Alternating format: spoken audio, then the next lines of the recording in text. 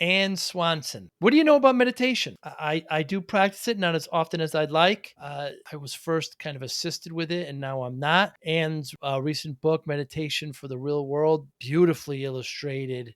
Lots of great kind of, you have to take a look. It's just it's a pleasure to just kind of look. And obviously, the content's incredible. Really fascinating background. After college, wasn't sure what she was going to do. Bad economy here when the crash hit. She goes to China to teach English at a university. She's doing Tai Chi in the parks, and eventually starts doing yoga, then goes to India.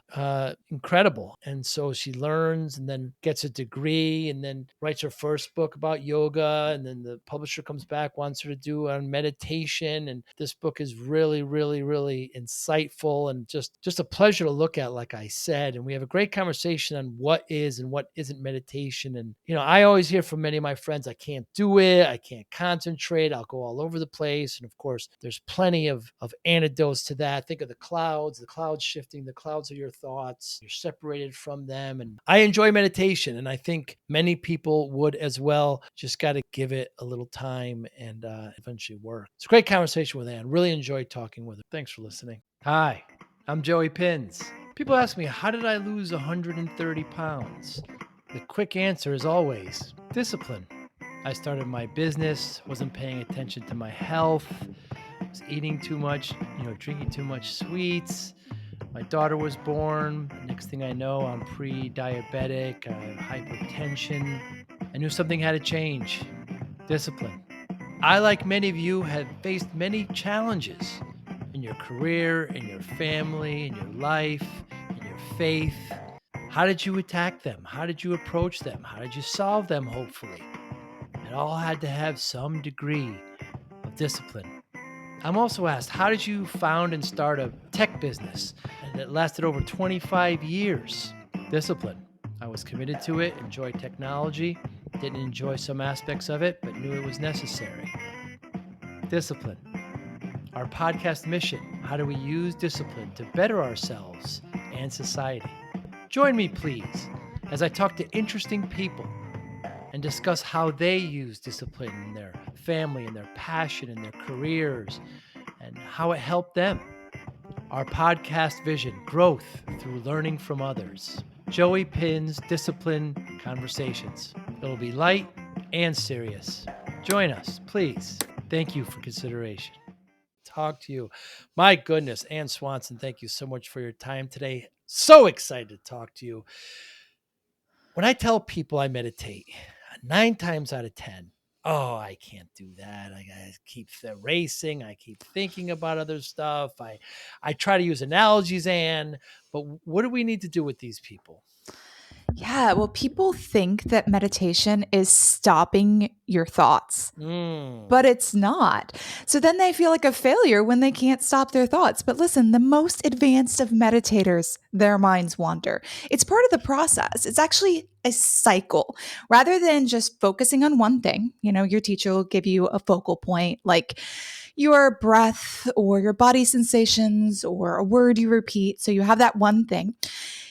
You think of that as the meditation. And if I'm not focusing on that one thing, I'm not meditating. But in the cycle of meditation, the first step is, focus on that thing. Second step is your mind will spontaneously wander. It happens to everybody. It's part of the process. Third step is a specific brain network picks up and it determines, is this important or not? So you notice your mind wanders, which we don't normally do in everyday life. But in this time, we're going to notice and we're going to determine, is this important? Is what I said 10 years ago to that guy really important right now? No. Is what I'm going to eat later for dinner important right this moment for this 5-minute meditation? No. Is the smell of smoke in the building important? Yes. Abandon meditation, get out of the house. So you're going to determine, is this important or not? And then the next key part is you're going to refocus back to the focal point. And you're building the neural network activity to come back to focus. So if you feel like I can't focus very well, you know what? More reason to meditate, because meditation is boot camp for your focus. And it's not stopping your thoughts. It's stopping believing your thoughts and believing all that chatter in your head. It's becoming an observer of the thoughts. I remember one analogy that kind of did it for me when I first started was imagine you're looking at a road or a highway and you see the traffic going by. The traffic is your thoughts. So you're stepping Yes. away from them. I like the cloud analogy because I've always loved to Uh, lie on my back and look up at the clouds, mm, and you watch them form and change. And it becomes this experience of just like observing the clouds change in front of you. Those are your thoughts. Like the weather, we can't control it, but we no. can observe it and observe how it affects us. And the difference between meditation and hypnosis. Good question. So, hypnosis involves being susceptible to, subconscious thoughts changing. So, maybe, we think of like quack like a duck or something like that, but more like, a lot of times it's used for uh, helping with addictions, and you're going to be listening to something that's getting into your subconscious thoughts.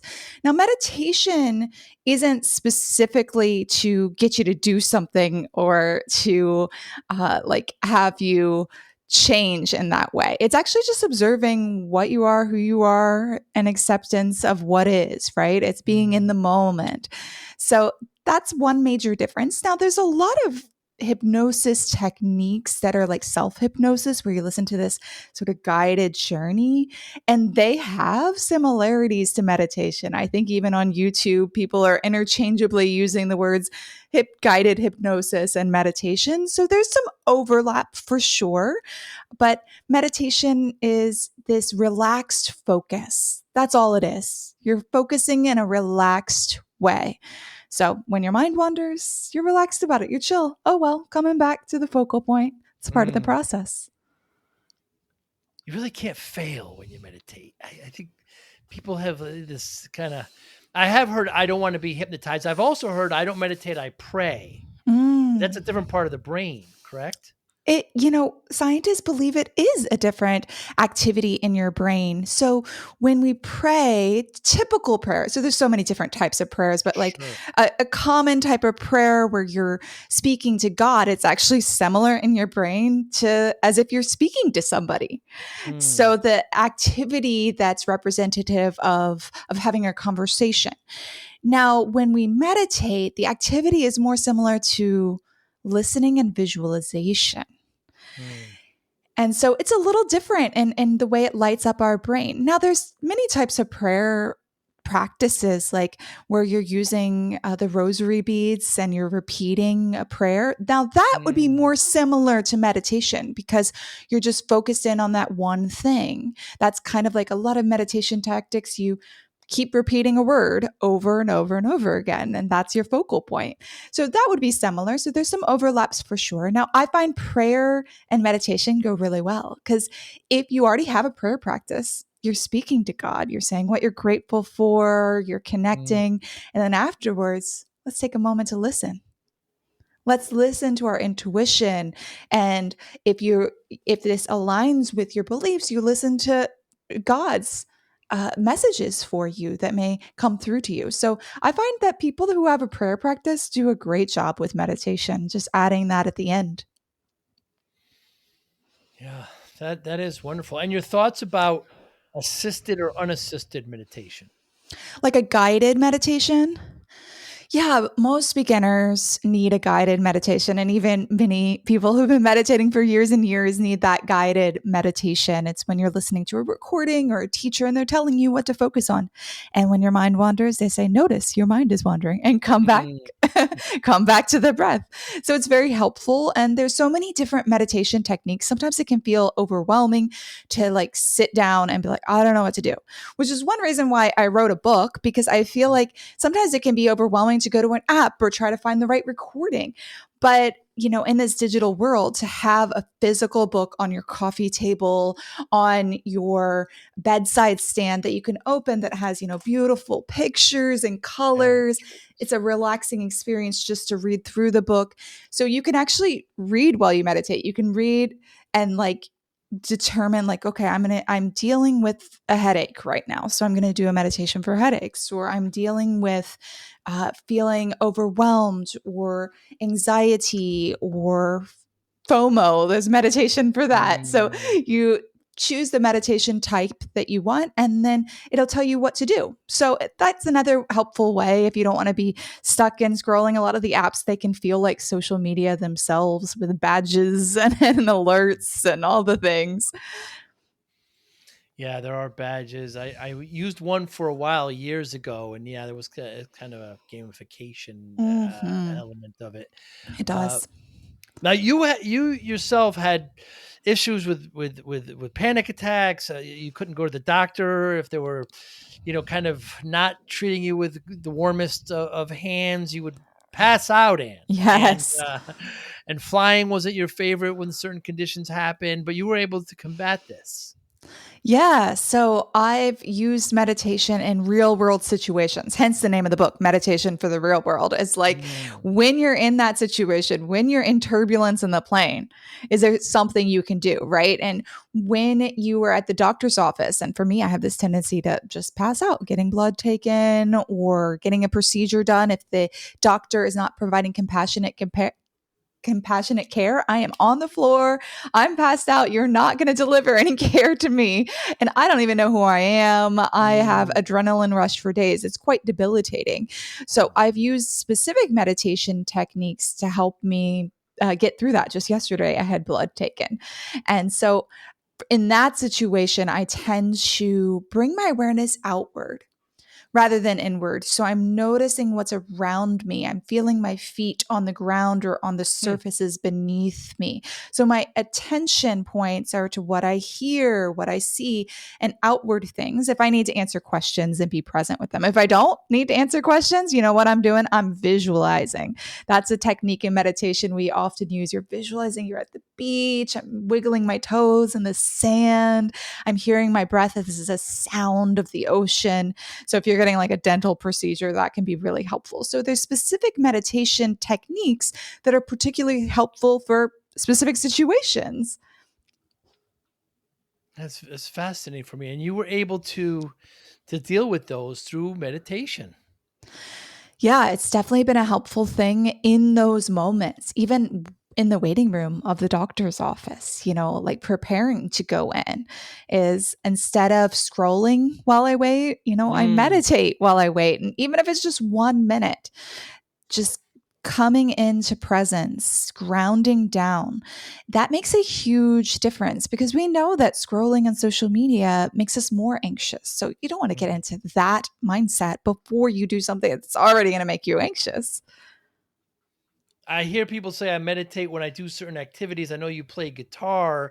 Like, what are your thoughts on that? I meditate when I play guitar or when I play golf, etc. Yeah. So when we do activities like that, we get into flow state. That's Mm. what psychologists call this state where we are completely immersed into the activity. We are focused in, right? And meditation can be a type of flow state, actually. But the flow state involved in playing guitar or dancing, it is similar to prayer. It's going to activate different areas of your brain than the traditional meditation techniques. So there's some overlap for sure, but it is a little different. But one thing that's great about meditation is if you do it before playing guitar, before painting, or before a work project, you're more likely to be able to get into flow state and stay in flow state Mm. longer because it is boot camp for your focus. So you are preparing for that activity. Or if you feel distracted, you can do a 1 minute meditation, come back to focus, and get back into that creative flow state when you need it better. It's a tool to help facilitate flow state. And what is transcendental? Meditation, yeah, Yeah. TM. It's a popularized type of meditation, registered trademark sort of meditation that incorporates a mantra, which is a word or words you repeat over and over and over again. They specifically give mantras in Sanskrit, and it's a type of meditation that became really popular in the 70s, 80s, and on, and still to this day. Many celebrities have jumped in on it, and it can be really helpful.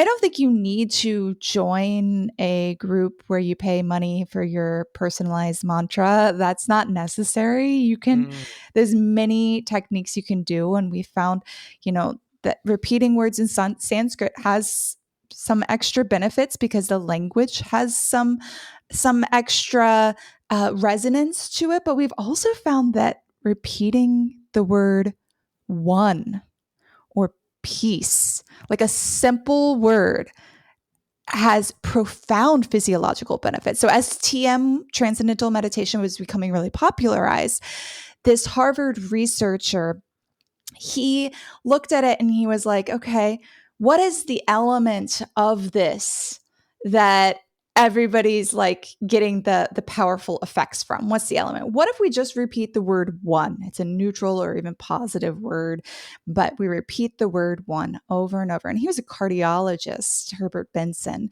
And so he looked at a lot of cardiology metrics, like it improved blood pressure and lowered your heart rate. It improved heart rate variability, your heart's resilience, just to repeat the word one for 5 to 10 minutes. So you wow. don't have to do some fancy, technique that you have to pay for. you Mm. can you can do really simple techniques, and there's so many to choose from. This book, Meditation for the World, has 83 different techniques in it for different situations. So if one doesn't work for you, another one will, and for a specific situation. Now, which came first for you, Anne? Yoga or meditation? Oh, definitely yoga. So Yeah. I did not come to meditation for meditation. Like, I was not a natural chill person. That was not something I was attracted to. I came to yoga because I dealt with anxiety and chronic pain. When I would go to yoga class, I wanted a real physical exercise. I was in college. And by the time we'd get to the end of the class, you either lie down or you sit down and you do this meditation. And I'd be looking at my watch like, it is time to go. I have things Mm, to do. This is a mm, waste of time. It did not resonate with me. It took me a while for teachers to incorporate a variety of techniques where I was like, oh, wow, that one worked for me. That's what it feels like to truly relax and be present. And so it took some trial and error for me to get into meditation. And now people do describe me as a chill person, but I wouldn't have described my like child self or mm. natural self as a chill person by any means. You went to China to teach English. I mean, that's Yeah. extraordinary. Yeah, I went to China. I actually studied Chinese in school, and so after I graduated from college, the recession had hit, and there weren't jobs in the U.S. So I just went off to China, and I taught at Yeah. a university, and I was really depressed. It was gray. It was gloomy. People pointed at me at in the streets Mm, because I was so mm, different. It was mm, very isolating, and so I did a lot of yoga, tai chi in the parks, meditations to get through that time. And ultimately, weirdly enough, I did my yoga teacher training in China, and half of it was in Chinese and half of it was in English because they were Indian teachers. And they told me, you know what, you should just go to India. So from China, I went to India and I did my advanced teacher training and studied into Ayurveda, the Indian type of medicine, and a variety of other techniques. And my teacher, Yogi Shivadas, he's so brilliant. He really emphasizes the tradition, but as well anatomy and physiology and modern science. And I had an art degree, so I was like so fascinated by anatomy. And I thought, if I could be the best yoga teacher possible, the way to do that would be to go into the medical field. So I came back to the US and I started over from the ground up, and I did pre med course load, and I worked in a cadaver lab. I became a massage therapist, so exploring the human body from another perspective, and just dove into the science behind these things, thinking that would make me the best yoga teacher. I ended up actually, rather than becoming a physical therapist or a doctor, I ended up going to get my master's of science in yoga therapy in the very first program for that, which was the perfect fit for me.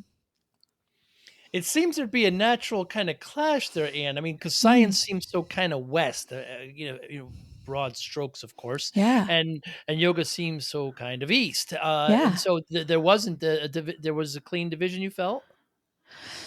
I mean, I see what you mean. There's a clash, but there's also a union. And Mm, that's what we're seeing is that the research that's been exponentially growing over the past 2 decades for yoga and meditation, it's just affirming what these like ancient masters have known for ages, wow. which is these things work, right? And it's giving us now words to describe, well, it literally changes your brain through neuroplasticity. It rebuilds neural network activity that's healthier. It rebuilds areas of your brain having to do with focus and memory and emotional regulation. It helps with your cardiovascular health, helping prevent heart disease. And in some cases, with an overall lifestyle and diet, it can reverse heart disease.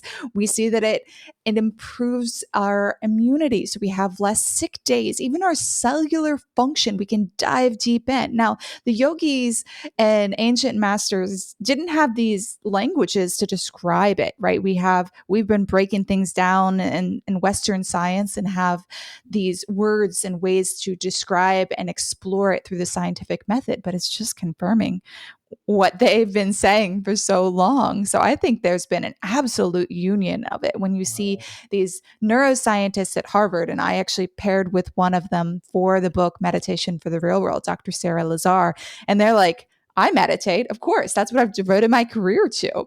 You're Wow. like, okay, all right, there's something here. Is there a bad time to meditate? Yeah, well, I think there's some better times. Like traditionally, we meditate in the morning, and it's kind of like Mm, exercise. If you can get that done in the morning, it's really good for you. mm, But really, meditation can be fit throughout your day. So, whenever is best for you is going to be the best time. The time that you're actually going to do is going to be the best time for you. mm. So, compliance is key. The only way it's going to work for you is if you actually do it. I think that it's more not that there's a bad time to meditate, but maybe it's the wrong style of meditation or technique for that situation. So at first, when I would go to the doctor's office, a yoga teacher gave me a technique. They gave me the classic kind of like what's been popularized in the West, which is mindfulness meditation. Being Mm. present and aware of your breath and your body sensations was the technique they gave me. So went in there and I was like, I'm prepared. I'm not going to pass out this time. I got this meditation technique. Meditation is supposed to help you relax. So I start noticing my body. And I start noticing that my heart is beating out of my chest and that I'm going pale and I'm tasting metal and my breath, it's betraying me. And boom, I'm on the floor faster than I've ever been before. Wow.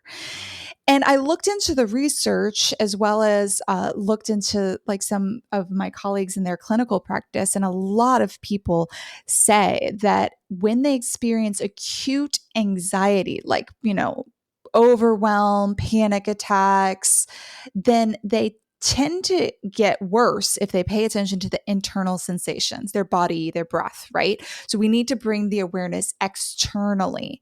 Hmm. So a lot of people are like, I've tried meditation, but it made me more anxious. You're probably just doing the wrong meditation for you or for that Mhm. situation. Not that you're bad at meditation. That's how people take it. And it breaks my heart. I guess I could have taken it that way too, but I tried other techniques, right? That grounding technique and being aware of the external stimuli is much better for preventing me passing out, or the visualization I mentioned earlier. So it may be if you've tried it before and it didn't quite fit, you need to try some other techniques. It's amazing. I had a really good friend who did a lot of yoga, so I ended up doing a lot of yoga with them. And while it's good for stretching and it's good for look at me, even when I discuss it, I take a deep breath. It's amazing. Ah. It's just what it does. And meditation just becomes a natural extension of that. It seems they really go hand in hand. Why write a book on yoga? What brought you to that? Well, I had just finished my master's of science in yoga therapy, and this book kind of fell in my lap quite Mm, serendipitously. I was getting job rejection after job rejection after job rejection. But I held on hope. I was meditating and writing words on my mirror. My friends later told me they were going to have an intervention with me because I was getting Hmm. too woo woo. And, I was really like, sure that a big opportunity was coming my way. And I randomly got an email from DK, part of Penguin Random House, offering me this book contract. And I read the description. I was like, wow, that's exactly the book I would want to write, that brings together all that I've learned from graduate school, from studying in India, from traveling the world. This is like bringing it all together, that East and West, and bringing it all together. So that's why I got offered the book contract, Hmm. and I wrote it. And then why I wrote the book Meditation for the Real World is I feel like with Science of Yoga, it's a very visual book focused, a lot on poses. I worked with some of the best illustrators and design team in the world. And, although I talk about meditation and breath work and the more nuanced practices in the book, people focus on the poses. Hmm. And that's where most of the reviews and comments are. And I was like, where the magic really happens is when the poses prepare your body and mind for meditation. Right. That's where the magic happens. So I knew I wanted to write a book that incorporated the science supporting meditation, but also step by step. Here's how you do it. Here's how it's therapeutically going to help you in this situation and in that situation. And if you're dealing with this or menopause, or if you're pregnant, or if for your children, it's going to help with different stages of life. So I really wanted to apply it therapeutically. And that's why I wrote Meditation for the Real World. The illustrations in both, I know you worked with great people there. So what is the process, Ann? Are you telling them what you want to see? Are you writing the words first, or are you getting the images and then writing around them? Oh, yeah, good question. It's apparently a very different process at DK. They're a phenomenal publisher who does these like, coffee table like books, Mm, gift mm, books. These are gorgeous gift books. So they're highly illustrated. This book in particular, I worked with a New York Times illustrator, Michelle Mildenberg Lara. And so you're working with some of the best artists in the world, which is a dream for me because I studied art undergrad. So this is so cool for me. But it's pretty cutthroat, to be completely honest. Writing a book about yoga and meditation, they're really, wow. really cutthroat. You get 3 months to write the whole book, which I've talked to other authors that apparently that's like unheard of, to have 3 months to write a book. So I write it in 3 months, and then editing takes 3 months max. And they're going back and forth with the illustrator, and they're coming at you fast, especially at the end. Wow. So it's pretty intensive. During that 3 to 6 months, I'm completely immersed. I don't have a life except for the book. But it does create a beautiful product to put that little bit of pressure on, if we've all dealt with deadlines before. And when you have a particular stress, like you said, the Mm. 3 months of crunch time, do you when you feel it, do you do a meditation to address that particular stress along with your other kind of routine ones? Yeah, definitely. And especially during that time, when it's crunch time, you need to get into focus mode. So I'll do meditation specifically to let go of whatever just happened and focus, Mm, right? I'll even play music in the background that is specifically engineered to optimize your brainwave patterns for focus, for example. And I actually just released a meditation album that incorporates a lot of that music, that engineers these sounds and nature sounds.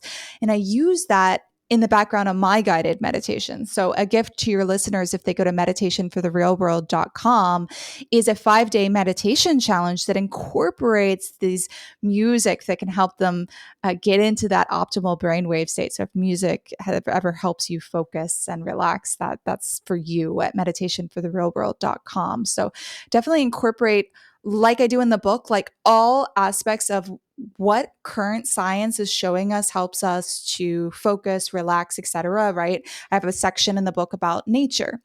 So, how can we incorporate nature in our meditation? So, quick, nature walks, even green spaces, parks and blue spaces, fountains, hearing the sound of water running is really good for your brain. So, mm, taking these strategic breaks, walking meditation, is really key. And that was critical for me. Just walking laps down the hallway or on the balcony at the time for me. Now I walk in a backyard barefoot. So I get that grounding or earthing element. Another thing I speak about in the book, which sounds totally woo woo, but literally being barefoot reduces inflammation, reduces your blood sugar spikes, depression, anxiety. So getting in contact with the physical earth. It's like all of this research is just confirming what we've all known. We need to go back to nature. We need to go back to these practices that have stood the test of time for a reason. Yeah, and let's expand on grounding because I've been Yeah. introduced to this about 9 months ago, and it's amazing. I tell my friends I walk around barefoot in the grass and like, what the heck are you doing, Joe? But I tell you, I leave the phone in the house and I just kind of walk around and I just kind of think and and just something about your bare feet touching the earth like that. It just does it just I don't know if it's a connection, but it's measurable. It is measurable. It's the negative charge of the earth that our bodies really like. It helps to ground our bodies. And so we've seen some really profound effects, like I said, to mental health. But what I find so interesting is literally dropping your blood sugar spikes. I mean, Mm. these are solid metrics that we're measuring these improvements from being barefoot or lying on the ground, like in the sand or on the grass or touching the ground, hugging a tree, anything that you're Mm. physically touching the earth. And when I lived in China, they would hug trees. The older people, I could see that happening sometimes. So, it sounds really woo woo, but the scientists call it earthing. We colloquially call it grounding, but earthing is the technical term to it, being in contact with the earth. And so I incorporate a lot of techniques like that we're finding in the research that make sense with meditation philosophy and can enhance your meditation practice. I love to do the walking meditation, which instead of just walking and pacing and thinking, which is great, that's a great place to start, right? You need to process. So start walking, pacing, thinking. Then you can turn that into a walking meditation. So there's several cues in the book, but my favorite cue is as you walk, imagine what it would be like to walk as the happiest person on earth. This is from Thich Mm. Nhat Hanh. It's a beautiful cue he uses in walking meditation. And so you start to hear the bird song. You start to stand a little taller because the happiest person on earth was, of course, Mm. have good Mm. posture and open Mm. their chest and heart. And you start to breathe better. It's a beautiful thought experiment. And then you're like, wait a second, I do feel like the happiest person on Mm. earth right now. Fake it till you become it. And Mm. so there's lots of techniques you can incorporate into those walks to turn that walk into your meditation.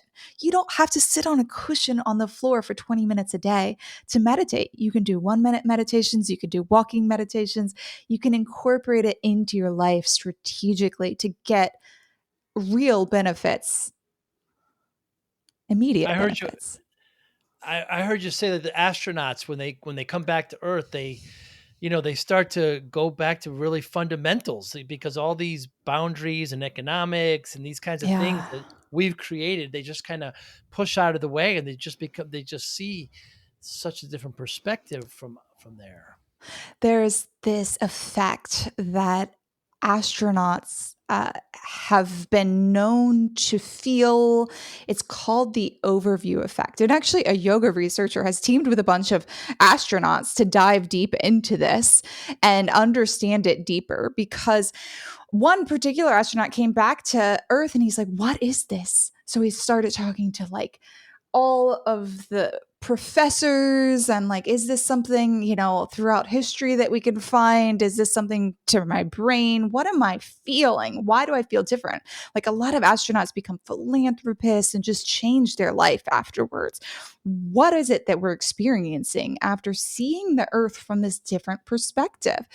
And the closest he could come to a solution was from a religion professor who said this is the yogic philosophy of samadhi, which is the final quote unquote stage of yoga. It's this higher state of enlightenment, like nirvana or moksha, this freedom from the things that hold us back on earth than distractions and feeling of Mm. separation. So what happens to them is they're in the space shuttle, and these are professionals, right? These are people that are highly trained. This is their dream job. They're doctors, engineers. They're highly intelligent people and that are very productive.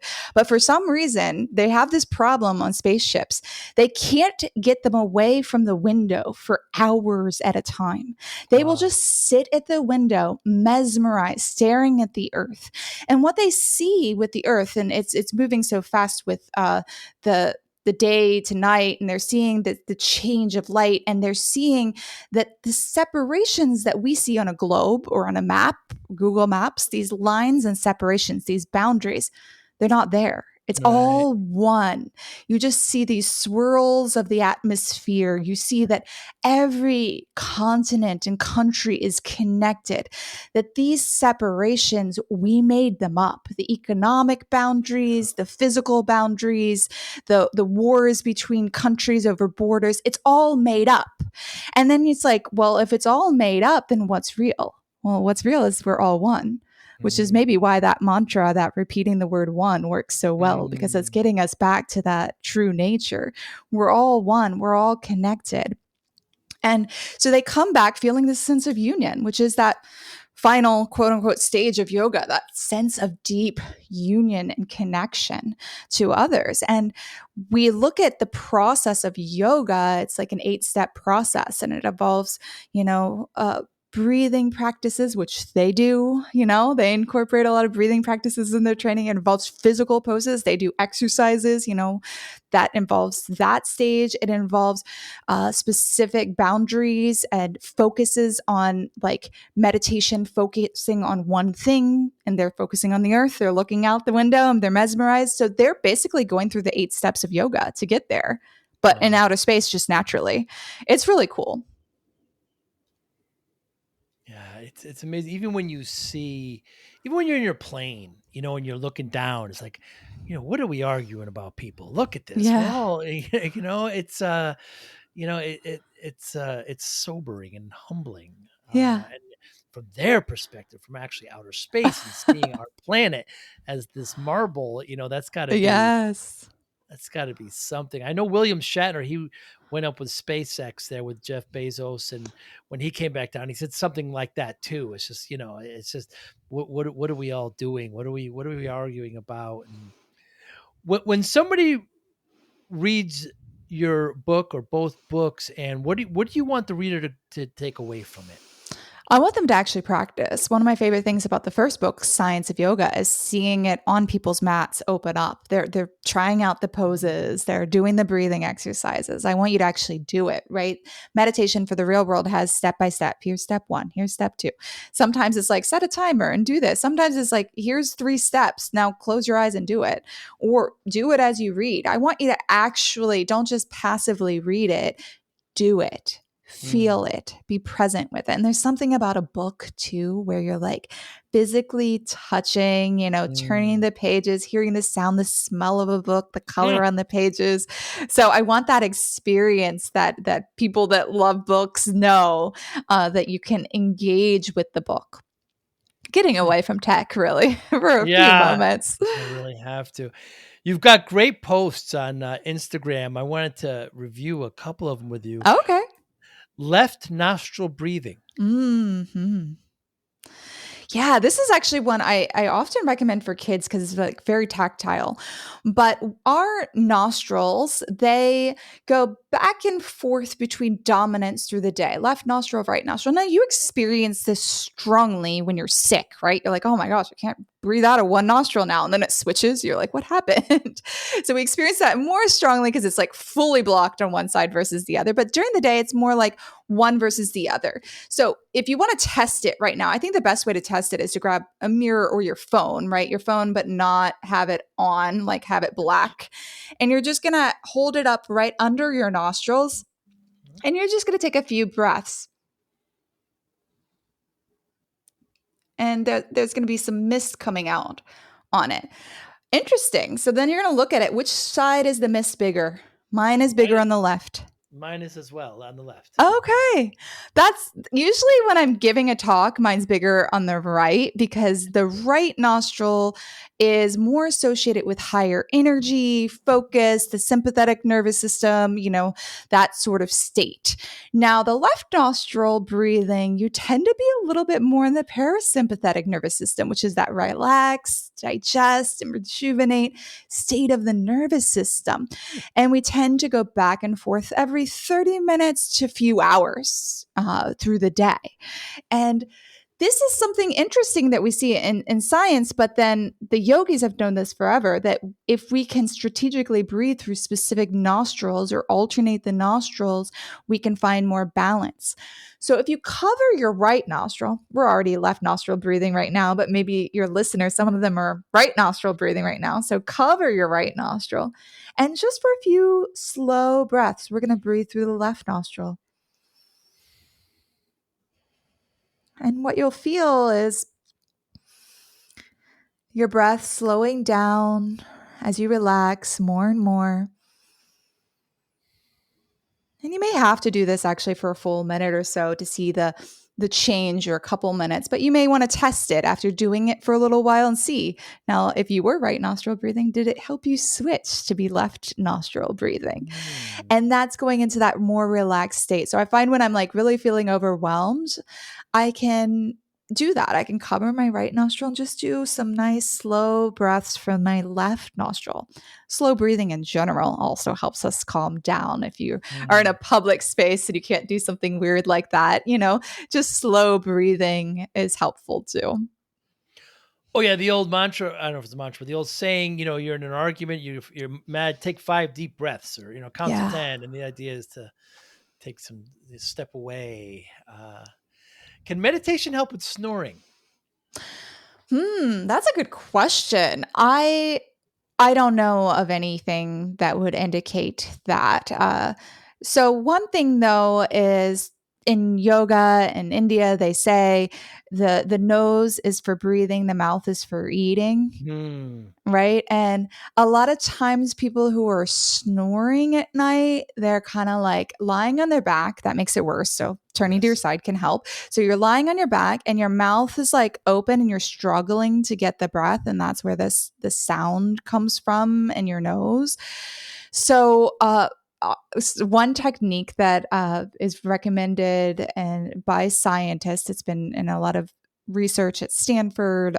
In the book Breath by James Nestor, he talks about it extensively, is to tape your mouth at night. Now, this is not for children and not for people who are at the point where they have sleep apnea, right? This is for just a snorer in the beginning stages, right? So you're going to tape your mouth with some medical tape vertically, not duct tape horizontally, just a little piece vertically. And then it'll force over time your nostrils and your nasal passageway to open up more. Those breathe right strips also can be really helpful if you have a narrow nose or nasal Mm. passageway. So nose breathing and meditation and yoga is really king. So if you can switch to nose breathing and also through the day, keep your mouth shut, nose breathe during the day, that could help with snoring over time. Now, if that doesn't help, that's when you need to see a doctor. Sometimes, we do have to go to, if your nasal passageway is blocked in some way, maybe a deviated septum, you might have to get an intervention because nose breathing is king.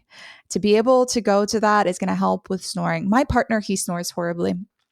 Push him to his side so he can stop sometimes, but he's been mouth taping for about a year now, and it's very rare that he snores now. It's only really when he's sick now or really, really tired. It used to be every single night. So what happens over time is your body physically adapts. Mm. Your nasal passageways open up. Very interesting. Do you snore? I do. I do, and I'm Mm. working on my partner. I feel terrible. I feel terrible about it, but I've heard others. I've heard others say it. One of your other posts that meditation lowers your biological age. Yeah, yeah. So we have biological or genetic age, and then we have our chronological age. So whatever number you are years, we can't change that. We can't turn back time, but we can measure your biological or genetic age and through a variety of measures. And we find that through meditating and yoga and mind body practices, we can actually lower it. Other things have been known to lower it too, like a healthy diet and exercise. And so you may be, 40 years old, but perhaps your biological age is 32. And you start to see that as you get older, right? Mm. Is like some people, their biological age is really caught up with them. And it's lifestyle that makes that difference. We think, oh, it's my genetics. My parents are just like that. But actually, it seems based off of twin studies and some really interesting research that genetics only plays a role in your likelihood of getting these sort of diseases and your pacing of aging. It only plays a role of like maybe about less than 10%, so like Mm. 7% ish in some of these studies. So the majority, 90 plus percent of your likelihood to get chronic diseases, of your aging pace, of like how you feel is going to be lifestyle. And that's what meditation and yoga really promote is a healthy lifestyle. You're more likely to make healthy lifestyle choices when you get in touch with your body, when you listen to it. You listen to your intuition. What does my body really need right now? Oh, I need a sip of water. Hmm. And listen to your body. Mm-hmm. You mentioned there's two types of stress, distress Mm. and eustress. Yes. I Like never heard of distress. euphoria, EU. Ah, So it's yeah. like good stress. And distress is what we normally colloquially call stress, quote unquote. But stress isn't all bad. You know that if you have something stressful, like like let's say like children or like a work project that you're super engaged in and you love and it like motivates you, it's stressful, it's intense, both of those things are intense, but the rewards are so high that it gives you purpose and meaning. And when our stress gives us that higher sense of purpose, it actually doesn't have the same physiological effects as the distress does, where we're like, oh, this is horrible.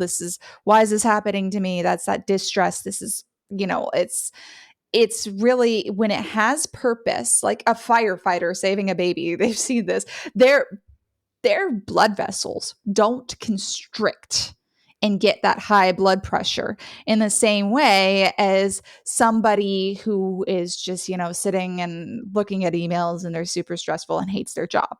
Their blood vessels are going to constrict. They're going to get super high blood pressure. They're going to have effects, negative impact to their heart. So we see that if you have meaning and purpose to what you're doing, it changes, it flips the stress. And stress Mm. can actually be motivating. Like me writing a book in 3 months. Mm. So, Ed, I started my business in the '90s, and I was working way too hard, and I was getting a lot of this stress, this Yeah. distress, right? And it's very tough. You want new clients, and end up working 14, 16 hours days, and I wasn't paying attention. I wasn't practicing meditation back then too, by the way, but I eventually found myself at about 340 pounds. I just too Mm. much pizza and soda and late nights and not exercising, neglecting myself. Doctor tells me if I don't lose the weight, I'm not going to see my daughter graduate. My daughter was just born. So this is my kind of rock bottom moment. Wow. So I'm driving home, smashing the steering wheel. I did this to myself.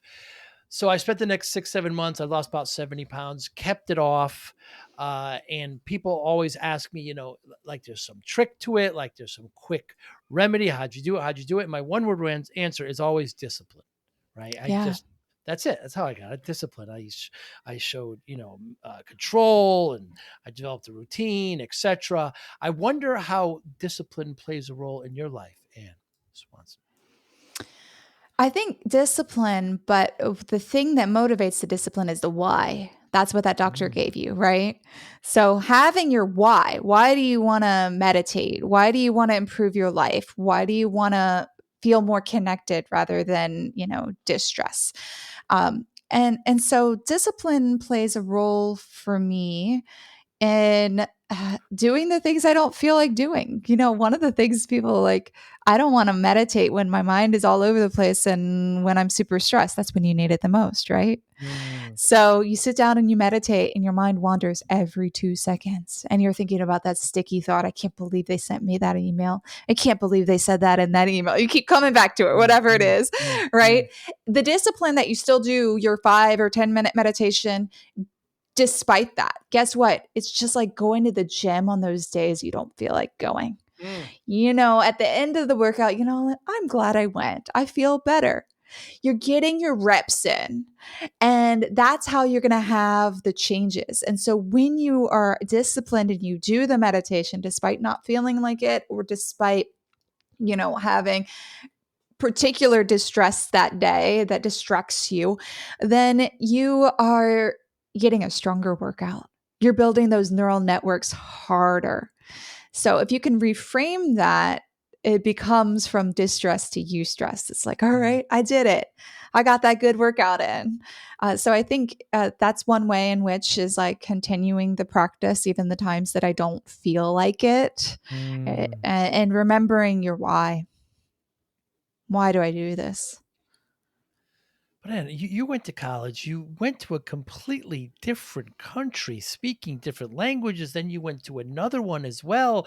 I mean, as a child, did you find yourself? Did you describe yourself as disciplined? No, I was a wild Really? child, anxious. Now, I would describe myself as a recovering perfectionist type A. So, I Ah, mean, I always got good grades, but it was more about getting the good grades rather than, like, learning. yeah, it was like, how do I hack the system to get the best grades possible? Um, so yeah, I think like many people, my natural discipline is towards the things that I had the natural affinity to. And at the time it was art. And then eventually it turned to anatomy and physiology and biology. So Mm, whatever I was most interested in, I was disciplined at, and the other things fell off to the side. But yeah, I wouldn't describe myself as naturally disciplined. I'd say I was naturally anxious and distracted. And if I can meditate, anyone can meditate. mm. But when you were faced with the challenge of writing a book in 3 months and doing these kinds of things, you got focused and away you went. Yes, I think it helps to have deadlines. It really Mm, does. It helps your discipline to have deadlines, whether you set them yourself, or somebody sets them for you. I mean, even the word deadline, it's so intense, mm, and mm. it It puts you is. there. It really is. What motivates you, Anne? Definitely deadlines. They definitely Mm, motivate me. um, and then the why for me is, if, like I said, if I can do this, if it makes an impact for somebody like me that was so anxious and distracted, then I know it's going to make an impact for other people. If I can relieve my chronic pain to the point I was bedridden at times and so debilitated by it, and now I feel great in my body, then I know other people can do that too. So sharing these practices with others that feel like, they're not good at meditation. I teach busy people with busy minds, like mm. people like me. So helping people feel like they can meditate, they can do mind body practices, and feel the impact and the difference, because it worked for me. So given that, how do you measure success? Well, over time, you do start to see the big things change, right? Mm, Of less pain, being able to listen to my body. So I still have like a chronic pain condition that flares. So it's not like I have no pain, then it never comes, but I can catch it when it's a whisper and I'm listening to my body rather than yelling at me. And I know the self-care things to mitigate it and prevent those flares. So a lot of people have health conditions that flare like that. It's not necessarily going to go away completely, although it might, but being able to like really thrive amidst it. So those things come with time, and anxiety also being like in the back seat now, not in the driver's seat. That Mm. comes with time.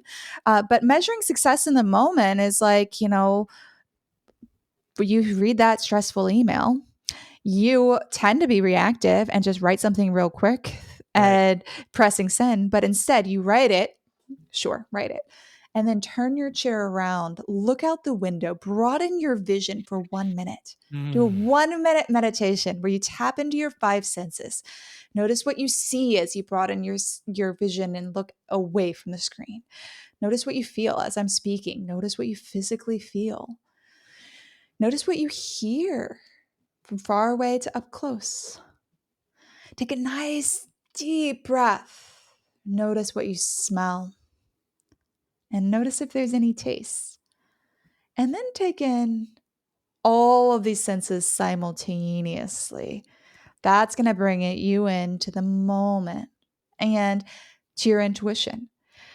You're going to be calmer. Your breath will slow down. Your heart rate will lower. Your blood pressure will lower. Now look back at that email. Turn your chair. Look back at that email. Mm. You might edit it before you press send. You Mm. might not even Mm. send it at all. You might just ignore that email, right? So I feel like taking those little powerful pauses throughout the day makes a huge impact. Yeah, it certainly does. You spend a decent amount of time. I know you deal with chronic pain and you work with people with that as well. Meditation can help with that as well because, like you say, you can kind of see it and quiet it down a bit.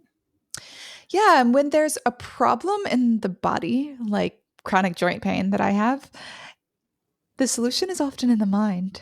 We Mm. find that with chronic pain because when pain becomes chronic, rather than just like, oh, I touched a stove and it's hot, or I had an Mm. injury and I'm healing from it, when it's like persists 3, 6 months, Mm. it's not the signal that is true. You may not have any tissue damage anymore, but it's a misinterpretation of a signal to your brain. So it's a central nervous system misunderstanding of what's going on. You become hypersensitive to it, and it gets worse over time because you keep thinking it's bad, but it's not. So we're working with the brain with chronic pain, and we are rewiring. And that's what we find with chronic pain. Specific areas of your brain degrade, having to do with focus, emotional regulation, memory. We get that like brain fog when we deal with these chronic conditions. And so, what happens with meditation that's so interesting to me is those exact same areas of the brain are the areas that are rebuilt in gray matter. The density of them becomes stronger. So, it's a direct anecdote neurologically to the chronic pain, and can help preserve the critical brain mass to help, which also helps with healthy aging. So it's really quite profound. What we're finding with chronic pain is it's a lifestyle thing too, and meditation helps you make better lifestyle choices. I end up noticing which foods trigger it, and oh, wow, not getting good sleep triggers it. How can I prioritize my sleep? Oh, wow, alcohol triggers it, specifically red wine. So you start to notice these things too. So it becomes this all pervasive lifestyle decision making that comes from listening to your intuition better by meditating and doing mind body practices. Yeah, we haven't talked about diet at all. Is there any particular foods to avoid or to, seek when meditating? Oh, that's a good question. When we go to like an ashram in India where I studied, you eat a very low salt because they believe salt like encourages the brain to be all over the place, Hmm. and no meat diet, and very simple vegetable diet. When it's kind of similar to fasting too, and they will do some fasting involved with that too. When you don't have food, you can focus at a whole new level. Now, I wouldn't necessarily recommend this diet to somebody outside of the ashram or the monastery sort of environment. We're in everyday life. We need protein. We need salt. I need my electrolytes. That's actually something that I supplement. I take extra electrolytes because I'm very active and sweat a lot, and so I need that. So I don't necessarily think that that monastic diet is right for meditation for the real world, right? Mhm. And even fasting, I would, speak to your medical professional, see if it's right for you with your health conditions. But there are great benefits to both of those diets for like an intensive meditation, which you Hmm. don't have to do to get the benefits. You can totally do, more integrated into your life, practical everyday meditations to get great benefits too. Yeah, and it's free. You could do it yourself. You don't have to, meditation. It's not like like you said. Some things there's some subscriptions and things like this you can get, but um, just regular practice of breathing and separating yourself for a moment for a while for to yourself is just it just makes natural sense that it will only lead to great outcomes. Yeah. Better focus and flow state, productivity, better sleep. That's been one of the biggest impacts for me. Less anxiety, improved relationships. Those are some great side effects also. Better community, less fights with people, less Mm, road rage. I have a meditation for road rage mm, in here. That's been a big one in my family. mm. So it's going to pervade into all aspects of your life. And Swanson, thank you so much. I really appreciate it. I'm glad we set this up. I was so excited to talk to you. I think meditation, it could only help and maybe bring us all closer together. Anybody listening, how can we get in touch with you? Well, definitely go to meditationfortherealworld.com and you'll find out how to get the book as well as, joining that 5-day free meditation challenge that Mhm. comes with it, incorporating that music engineered to optimize your brain waves. It's like science-backed meditations. They're really phenomenal, less than 10 minutes a day. So that's a great place to get started at meditationfortherealworld.com. And my Instagram is at scienceof.yoga. So when you get the book, take a picture of it. I'll engage with you there and that's a great way to connect in also.